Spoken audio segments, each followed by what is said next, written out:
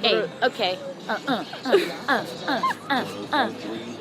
There was no music there, yeah, by the way. There's so many people like, you need to have girls on the lineup. You need to support the girls more. It's like, no, if girls don't fit, don't book us. Because that's making us our own victim. And also when you were younger, you were in like rap battles, right? Oh my God. I actually got into one last weekend. Really? Heavy. I met like ASAP. Like, you know, I was in a studio and he walked in and was like, I love your voice. And I was like, you're so rocky. I'm about to die. Hi, this is Lauren of Sidewalk Talk. I'm here with GG MAGREE. What's up? How you feeling? You feeling sexy? We're just out here on this selfie cam. Oh my God. How you doing, baby? So we met like, okay, 3 years ago. I was studying in Sydney. Yeah. And we shot. And it was in this. I think you slid in. No, you slid into my DMs. And yeah. I slid into your DMs. Maybe I slid into yours. And we shot. I was like, I remember we pulled up to that building, and you were like, "We can't go in here." And I was like, "Fuck yeah, we can." Actually, can I swear? Yeah. Okay. I was like, "Yeah, fuck yeah, we can." And then we climbed that fence to get in. Yeah, it was That like was so sick. Used to be this like warehouse place. Did he DJ there before? I did. I played like a warehouse party there before it got shut down because of like asbestos, I think. So that's probably. I'll put pictures of it here, but it was so cool. I kind of felt like I was gonna fall through the floor because you're all on the second and third levels, like this huge abandoned. It was so cool. So sick. And I remember all the spray paint that was everywhere, and it's just like. I remember at one point I was like, I'm just gonna take my clothes off, and you were like, okay, Gigi, do your thing. Those aren't online though, I think. No one's seen those. They're just for us. Just for us. Never know. But you were born in Sydney, right? Born in Sydney. Moved here about. I think I counted 8 months ago. Yeah, and it's been amazing since I moved here. Like, work has just been so tight, and everything's kind of been happening really fast and really natural, and like I've made so many good friends, and I think everyone kind of fucks with me because I'm like super psychotic but like really normal. I love that. That's how you want to put it. I don't know. Everyone's like, Gigi, you're crazy, but you're real cool. I'm like, fuck. Were your parents born in Sydney as well? My dad's actually South African and my mum's German. Yeah, so they both weren't born in Australia, but they both came to Australia. Yeah. Are they like musical or like art backgrounds? No. Hey, okay. There was no music there, yeah, by the way. No, I'm the only musical like one in my family, and I don't like. I am musical, but like I think I've just obsessed with music. I don't play like. I don't play any instruments. I play like a little bit of the guitar, but like nothing wild. Like, and with singing, I just figured it out. Yeah. So I just was like, I like sung a couple of things, and my friends are like, "Yo, you have a dope voice." I was like, "Okay, I guess I'll pursue that now." What do they do then, your parents? My dad's in property, and my mum's like a health coordinator for primary schools. Oh, that makes sense. Weren't you studying that in uni, like poverty? I was, how do you remember that?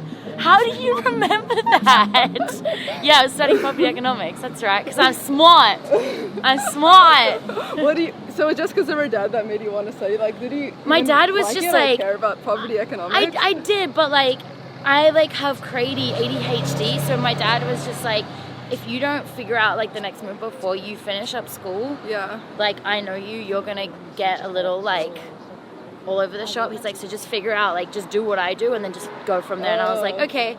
And then like, I don't know how I got the marks that I did to get into that, but because I never went to school ever. Like, I mean, like, I think I had 52 days off a semester. Yeah. So that means I think I only went to school like 25 days in like a semester or something like that. I never went to school. Then when I got my UAI, which is like your marks, you know, at the end of the year, I got like an 84. Whoa, and I was like, I know. This comes naturally to you. You're meant to be in poverty. My mom was like, nah, they fucked up. And I was like, no, Mom, I'm just a really smart gal. So, yeah. Oh, my God. I think it's just like if I know I want something, I'm like the kind of psycho that, like, if I see something, I'm like, I want that. Or if I want to do something, like, I just go like 190,000%. And it kind of just always ends up working because I don't stop until I get it. So I figured out when I was like, I should just go to uni. I was like, okay, fuck, you have like a month to like figure it out. Yeah. And go to uni. Yeah. How do you describe yourself back then growing up, maybe in high school? I've been the same. I've been the same since I was like 2 years old. Yeah. Like I don't think I'll ever grow up. I'm like Peter Pan, but I think that like my brain or like my maturity levels have gotten a lot. I think I can deal with life a lot better. But I'm still a complete, absolute fucking psychotic. Is it from your human. parents that you got really a lot of energy from? My dad. Yeah, my dad's like, when people meet me and then they meet my dad, they're like, oh, I get it now. Like, we just, I don't know what it is, but there's just something that's tweaked in our brains that, like, our energy levels, like, I don't really sleep much. I sleep like 4 hours a night. Everyone probably watches as much as they can have. They're like, it's just like, it's kind of annoying though, because I'll be lying asleep, like I'll be lying in bed, like trying to go to sleep, and it's like a full process for me to go to sleep. Like, it's like phone down for 2 hours before sleeping, like, and then I have to like almost meditate, and then I can finally get there, and then I wake up at about 6 a.m. every morning, and I'm like, hi. Like, it's just like, you know how people are like, I'm a morning person, like I need to like wake up. I'm like, the second I open my eyes, it's like I've been awake for 10 hours. So it's like, some of my friends are like, Gigi, like, don't come into my room, like, don't talk to me for like at least 2 hours. Oh my god. Because they're like, you're just too much in the morning. How did you find music initially, like way back when? I think, so my dad used to own nightclubs, and I remember like, I used to put on these parties when I was like 16, and I used to just, I don't know what happened, but I remember just being like, fuck, like, I just want to play the music because I want to control, like, everything in the party. Like, you know, I kind of know what my friends want to hear, and I kept booking these DJs, and they were all great, but, like, I knew that there was, like, something else that they kind of needed, like, and then I just kind of started fucking around with decks. Wait, so you DJed at your dad's nightclubs? That was the first, okay. Yeah, that was kind of the first, and then after that, I kind of like started reading a little bit more into like music theory. Yeah. And then it was just like as I said, like I get obsessed with things like very heavily, and I think music just became one of them. And like, you know, I started off with vinyl, and then I went to like Serato, and then that was when I used to only play hip hop. And then I found bass music, and then I was like, this is where I'm supposed to be. Yeah. So yeah. What were the initial artists you were listening to?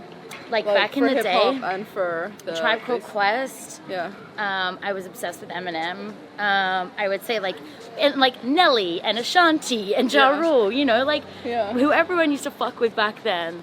Who else? Like, I don't know, like Cypress Hill. Were your friends listening to all that in Not Sydney? Really. So you just found it was it through the internet that you found it, or? I think it was, I don't really know how, I think I just like, I guess the internet, I would say, but the internet wasn't heavily music driven back then. Yeah. So you know what I mean? Buying CDs in the store? Yeah, just going into like Sanity, you remember Sanity? The CD store? Oh, I think so, yeah. And I would just like, you know how you could like pick and like listen to like 4 or 5 CDs at a time? I would just stand there with headphones and then just be like, okay. I remember actually, like, this is like gonna sound like the worst thing, but I've only ever stolen one thing in my entire life, and it was a CD.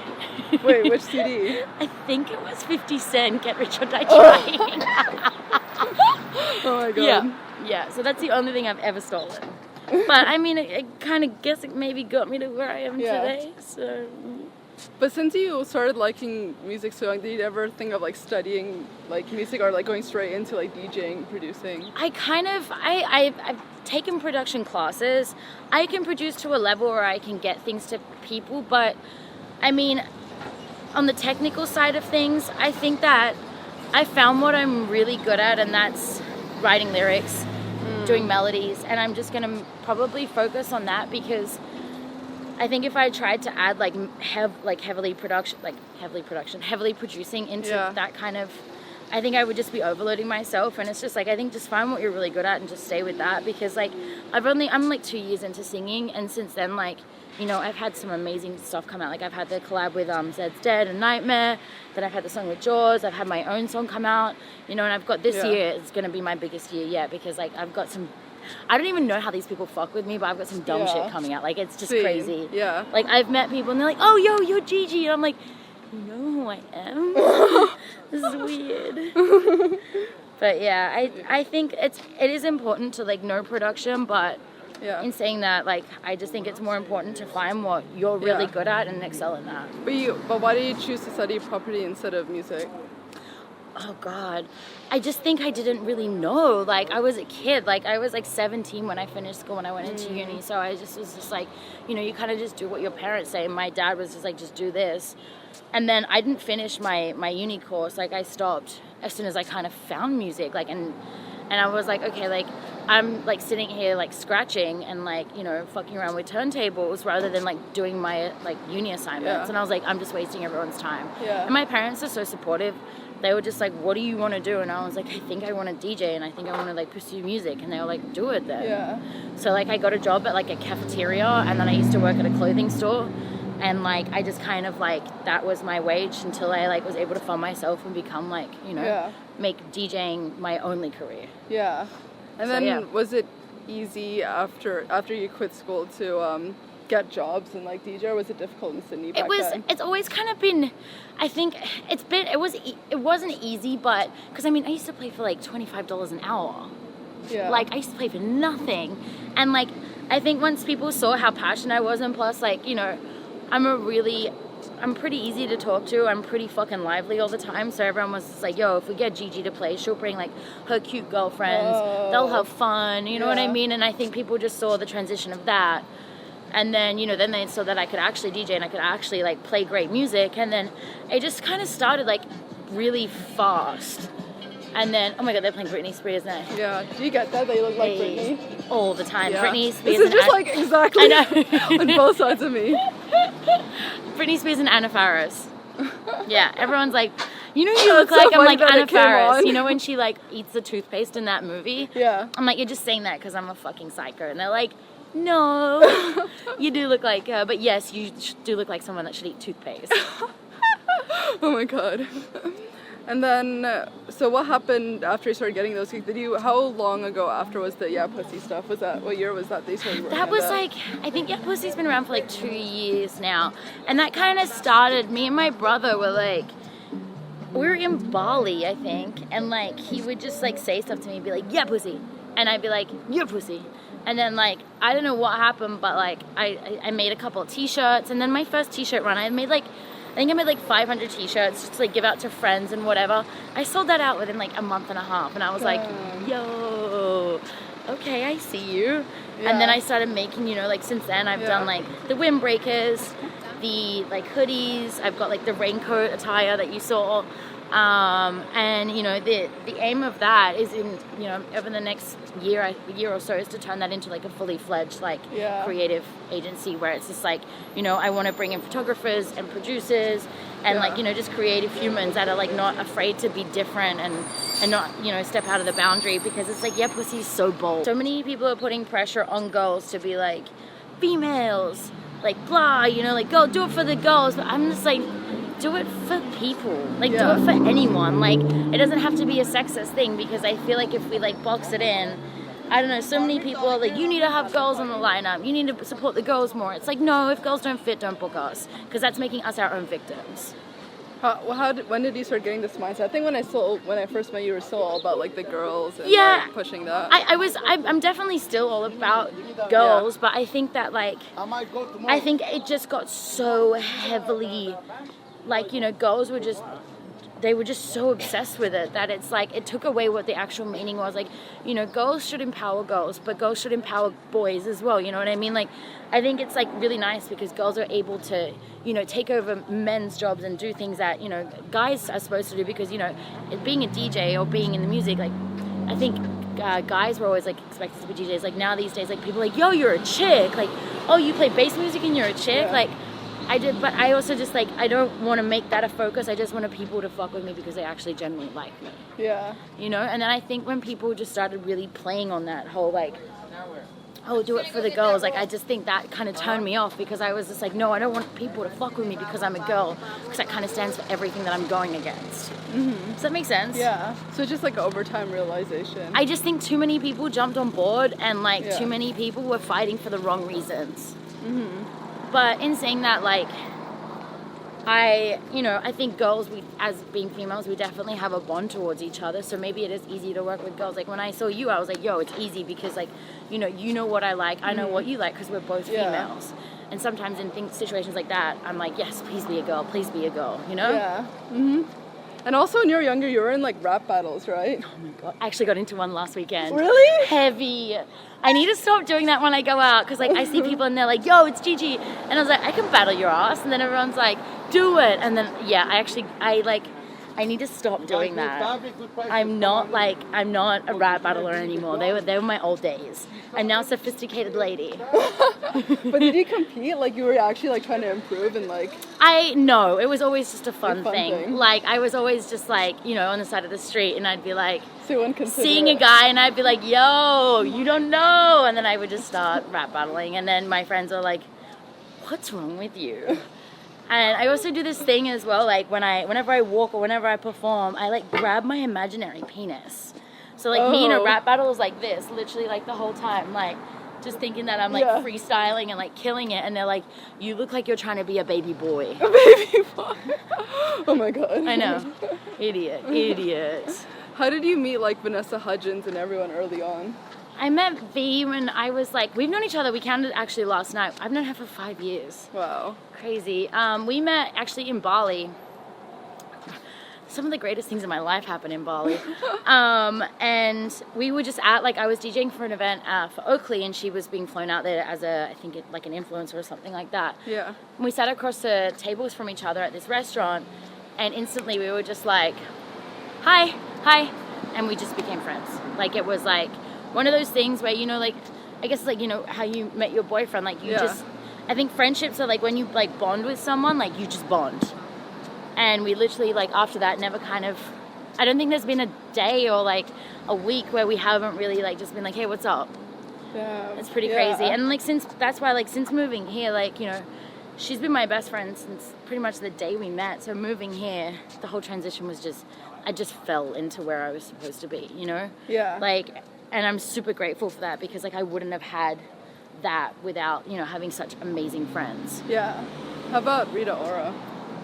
I still speak to Rita a fair bit. She's like my like crazy friend. Like whenever we're in the same town together, like me and her will just go out for, you know, a dinner, and then we end up like just getting way too drunk at Mel's Diner or something like that, and then like doing dance-offs, and you know, she's amazing. Like she's the kind of girl that like I can go out with, and like me and her will be somewhere, and like it's like me and her are the only two people in the fucking room. Yeah. And that's a super special bond as well, so it's nice. Is it sometimes crazy with the paparazzi if you guys are like even just going outside?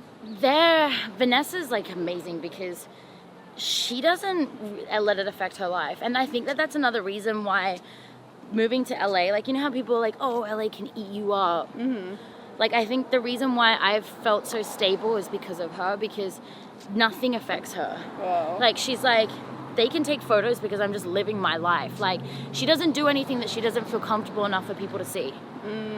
And for me, that's so inspiring. Like, literally, like, we'll walk through Walmart or anywhere, and we'll just be dancing, or like even Ralph's. We went to Ralph's like 2 days ago, and we're in the supermarket, and we're just playing with the trolleys, and like I was spinning her around and stuff.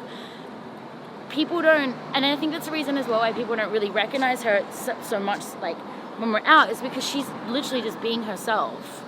Yeah. So I guess they only want to see like the very gossipy stuff. I don't know. Yeah, and it's like if you feed that,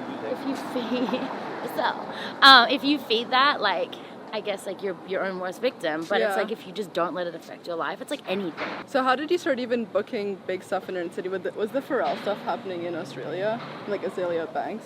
Yeah, that was like, so the first like big thing that I booked was Future Music Festival. Remember that? Yeah.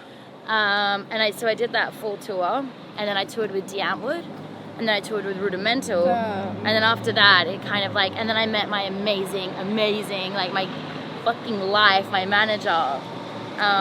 We basically like, she was working at Ministry of Sound at the time, because the agency that I was with like joined with Ministry of Sound, and me and her met, and it was just like the same situation with me and Vanessa. Like, I don't know what it was, but something in both of our brains just clicked, and I knew she was going to be in my life forever. And since being with her, like, she's the kind of person that like has literally like my dreams, like everything that I've ever wanted in my life, she makes it that seem like such an easy reality. And it's crazy. Like, I literally message her, like, I like come up, like my ideas are like hella psychotic. Like, I come up with Oh, I'm playing music. My bad. DJing this interview too. You know, hey. I like come up with these like you know, come up with ideas like, hey, I want to do like a clip where I'm like skateboarding but the skateboard light's on fire, but the fire's pink. Yeah. She'll make that happen. Yeah. Or like I'll be like, yo, I want to work with so and so, and she'll connect the dots and make it happen. Like she's my like. Plus she keeps me like so mentally stable. It's retarded. Like it's like such an important thing to surround yourself with like amazing, passionate people that are just like, you know, willing to fucking die for you. And I'm so blessed that I have that. Yeah. Like it's crazy. What was it like to tour with like Pharrell and like Wu-Tang? I mean, because you're listening to like hip hop for so long, must have been crazy. It was, but like I also feel like when you're in the right place, you kind of like, you know, I idolize them, so I was like kind of like, I remember like meeting Pharrell and stuff, like I was like I used to idolize him, and then meeting him, he just like sat me down, he's like, so what's your story? Yeah. And like after that, it kind of all goes away. It's like, you know, when I met like ASAP, like, you know, I was in a studio and he walked in and was like, I love your voice, and I was like, you're so rocky. I'm about to die. You know, like things like that. Like, and I feel like once you connect on like a level of like just being a normal human, it all kind of goes away, you know? Yeah. And you respect them so much as like an artist, so you kind of just like, okay, like I'm nervous to sing in front of you, or I'm nervous to do, you know, like show you my art, but like at the end of the day, they're just as nervous as well. So the Nightmare, when he met you in Sydney, right? Yeah, so I was doing, I think it was like the Flostradamus Troy Boy and Nightmare tour, and I was doing that with them. Tyler was like, yo, do you sing? And I was like, yes. And then he was like, okay. He's like, send me some stuff. And I called Lexi, my manager, and I was like, yo, Tyler just asked me to send him some stuff. Never sang before in my fucking life. Never written a song. I love it. You just say yes to everything. Like, you just figure it out. That's the thing. Like, I did a documentary with Vice, for instance, right? I got there. She didn't tell me that I was producing, that I was hosting the entire documentary. She just sent me there, and she was like, yeah, they're just gonna like film you DJing and whatever. And I was like, okay, this is cool. I got them like, yo, so you're hosting the whole thing. Like, I just like, I think that everything that happens, I just am like, okay, yeah, I can do that. Because it's like, that's where you learn so much about yourself, you know? Yeah. But back to the Nightmare, and then and then Tyler sent me a message, and he was like, "Yo, Zed's Dead really fuck with this too. Like, do you mind if they jump in?" And I was like, "Yeah, I'm gonna say no to Zed's Dead." I was like, "Are you kidding? Like, they've been like, those guys to me are like my absolute family now. Like, I go anywhere and they're like, Gigi's here, you know, like, and that's another thing that's made this move so nice is because like everyone treats me so well. Like everyone just loves me and like makes me feel so welcome whenever I go anywhere, that it's like, you know, like it's crazy. Like I get like fuzzy feelings and I'm like, oh yeah, I'm about to go see my friends. Yeah. Because like I know we're about to have the best time ever, and you know, we're about to make amazing memories. Yeah. Actually, how did you think of going by Gigi? You used to be DJ Georgia, right? I did. Oh god. I like don't know what, like I don't know why I did that. I think it's because I was like, someone was like, what's your DJ name? And I was like, Georgia. Yeah. And then I was like, why the fuck would I put a DJ at the front of my name? Like, it's like, am I like in the 90s? Like, DJ. And then, yeah, I mean, everyone used to call me Gigi in high school. Oh, so it was like a nickname anyway. Yeah, it was I was like already a nickname, but like, I don't know why I did Georgia. Hey, you know what? Even now when I say to people, like when I write emails and it says like, from Georgia, people are like, yo, I don't know that your last name was, that your first name was Georgia. I was like, yep, my first name's not Gigi. I wish I was that cool. But were you nervous of like singing and sending that out? Yeah. Yeah. It's like anything that like is your art, is your baby, it makes you so nervous. Like, get it, boy. Woo. Jeez. Yeah, I think it's like when it's, you know, you would feel the same. Like when it's your art, when it's your passion. You know, even now when I go into the studio, like I'm doing a track. Actually, I'm probably not allowed to say it, but I went into the studio the other week, and I get so nervous, like when I sing. Yeah. But the second that I sing, and then I look over and everyone's doing this, they're like, you know, like making these nice faces. I'm like, okay, this is cool. Yeah. You know, have you started doing sing lessons, or have you just been like teaching yourself? I did. I've recently, since moving to LA, I think I'm like 6 months in singing lessons. Yeah. Yay! Finally learning how to sing. I think it's like the thing is that like I'm never gonna be a trained singer, but I think it's the tone that people fuck with. I sound like a little kid, you know, that has smoked a shit ton of cigarettes. So everyone's like, oh, do that like witch sweet little kid voice. I'm like, okay, you're talking about the kid that like took heroin and like smoked cigarettes, but like sounds cute and sweet and innocent, but really fucked up. But like that one, I'm like, okay, I get it. And then did it always click to you early on that you had to be in America to like pursue like the goals that you had? I think I just knew that I wanted to be in America. I think you can kind of, if you're like passionate about something, you can do it from an igloo in fucking Alaska. Yeah. But I think me being here has made me more inspired. So it's like, you know, I'm around so many other artists that it's like nice because you see people out in the street and you're just like, hey, what's up? And they're like, yo, we should do something together. And then the next day you're in the studio and you're making a baby. You know what I mean? Like, it's just, I think it makes the process a lot faster. But in saying that, like, Australia is amazing. Like, I'm glad that, you know, I'm from there because I feel like music coming out of Australia is the best. We are the best.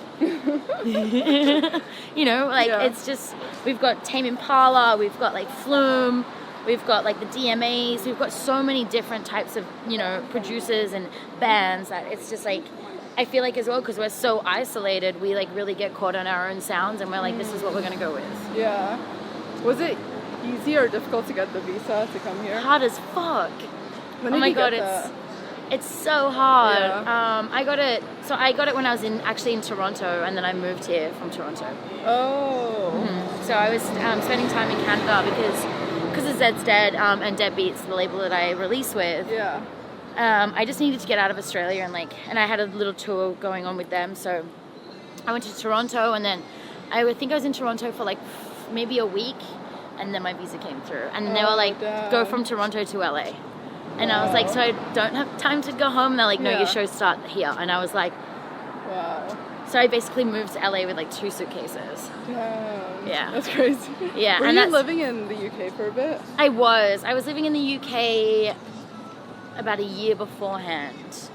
I was doing music over there as well. I was kind of in a very weird place in my life then where I was still figuring it out. Like last year and coming into this year, I think it's like the strongest I've ever felt about myself and passionate about that. I know that I'm doing what I'm supposed to be doing. Yeah. Because there's not a day that goes past that I don't think about music, that I don't think about making music, that I don't think about the people around me that inspire me to make music. I think when you're on that wave, it's just like there's no going back. You know what I mean? Like you just know.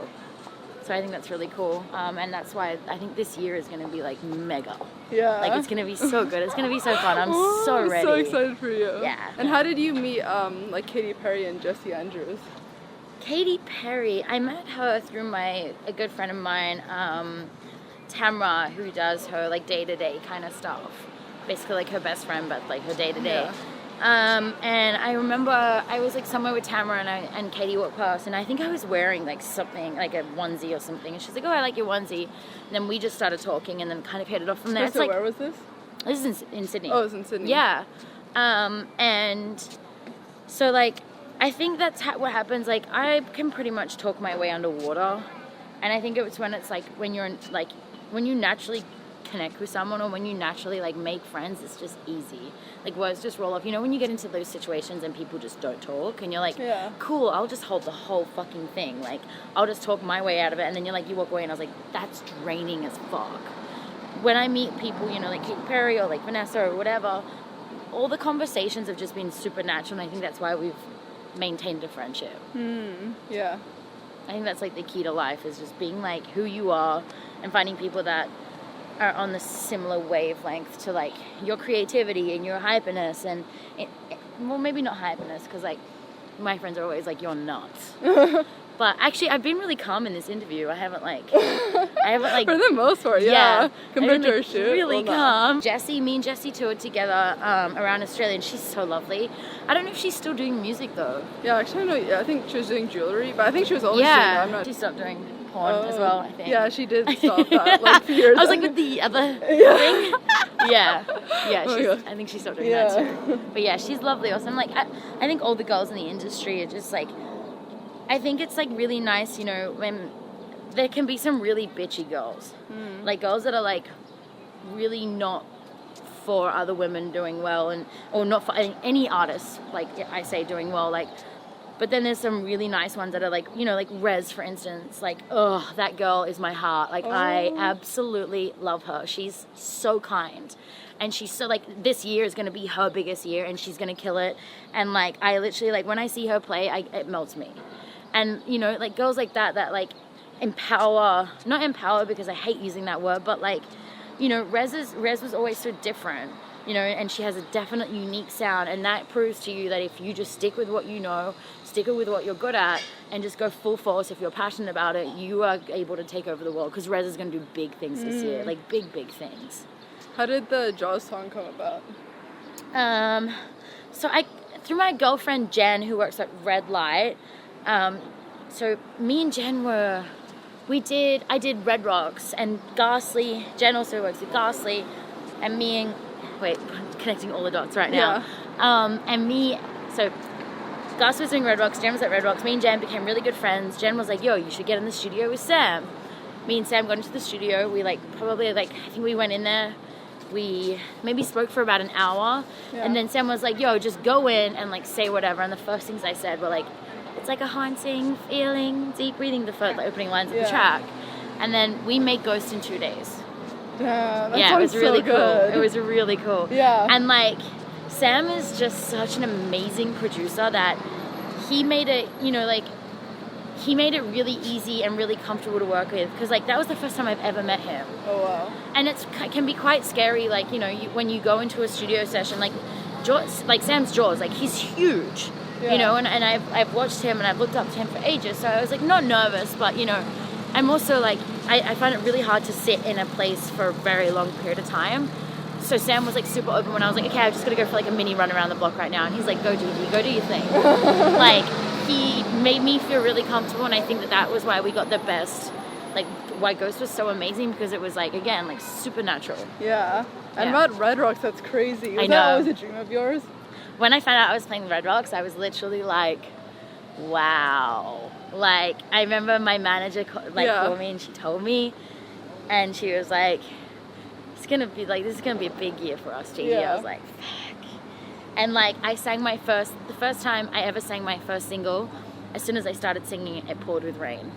And it was the most beautiful. I was just looking at the picture, and I was like feeling goosebumps this morning looking out for the picture here, but I was like, holy crap. Literally, like, I remember I looked over at her on the side of the stage, and for the first time in my life, I walked off and I was bawling my eyes out. I was just gonna ask, were you crying? Happiness, like, I think there's only been like maybe like 5 times in my life I've cried from like happiness. Like, one was when my like little brother was born, you know, like when you're just so purely happy that you can't control your emotions and you cry. Yeah. And I remember like there's a photo of me and her, and thanks bro, we can see you. There's a photo of me and her, and she's got her hand on my shoulder, and I'm looking down, and my face is just red because I'm crying. Yeah, it was very cute. It was one of those, and I feel like that's, life is just so good, because it brings moments like that you never forget, you know? Yeah. How do you think your music has changed since the early songs that you made? Oh God. They've just gotten so much better. Like, I remember like writing lyrics, because like I never want to ever write, like there's one thing that I'm super passionate about, and I'll never write anything that hasn't ever happened to me. Like, and so that's why this year as well, like 2018, I'm gonna like, I want to not feel more, but like I'm gonna put myself out there a lot more, because, you know, I get very complacent with just making music and not going out and you know, and I just want to be in the studio 24/7, that I feel like sometimes I miss out on, you know, like feeling something for a guy or for a girl or whatever it is, that this year I'm making sure that I feel, it sounds really dumb, right? Feel more? No, I like that. Okay. Yeah. I just want to be able to create more memories of things that I can tell other people, because I feel like whenever you write songs, like, or whenever you do, you know, write lyrics, other people have definitely felt what you are writing about before. Yeah. Like, definitely felt it. So it's just like, you know, when people, even with Frontlines, like, you know, that was written about a guy I used to date in the army when he went to the army. Oh, wow. Yeah, so it's just like, you know, like, and since coming to the States, I've been so aggro about work and moving forward at a fast pace, and so this year I'm really going to take the time and like you know, make sure I love a little more and live a little more. This kind of ties in the next question, but how do you think you've grown as a person since when you started? Oh, I'm a completely different person. Yeah. I just feel different. Yeah. You know, like I feel like I'm more in touch with myself without that sounding like completely retarded. But like, you know, when like people, I feel like I get life, if that makes sense. Like I feel, I don't know, I just feel different. I don't feel all over the shop. I feel really like on a really good road going to a really nice place. Yeah. And I don't doubt myself because I'm confident and I'm like really happy with who I am as a person. Yeah. So, and I think that kind of reflects when other people are like, yo, like, Gigi, you're always so happy. It's because I genuinely am happy. Like, I don't really ever get sad. Wow. And if I do get sad, like, I write about it or I go to my friends. And I also, that's another thing. I feel like these days, like, negativity is, like, so forward on social media. It's like people, you know, I think that people need to focus more on what makes them happy and what makes, if I only ever want to write about what makes me happy. So maybe like if someone's feeling sad, they're like, yo, Gigi's doing this, like I want to do that because if that makes her happy, maybe that can make me happy. Yeah. You know? What does love mean to you? Love is life. It's everything. I mean, it's like, I guess it's like the easiest, but like it's the, love is like, it gives you that warm, fuzzy feeling. You're like, I'm smiling when I talk about it. You're smiling. You know what I mean? Like, you can't, when you love something, it's a boy, a girl, a friends, your mom, music. It's literally the reason why we breathe. Yeah. Because if we didn't love, we'd have no purpose. Yeah. You know? Last question. Love. What do you want to be remembered for? I want to be remembered for greatness. Yeah. Just, I want people to be like, yo, she was dope. Like, I want to be remembered for the kind of person that would walk on a stage and light that shit up. Like, and I never want to be remembered for anything other than happiness and joy and bringing that to other people's lives. Yeah, I love that. Thank you so much. Yeah. That was awesome. Hey. Bye, guys. On that note, we're smiling as fuck right now. I know.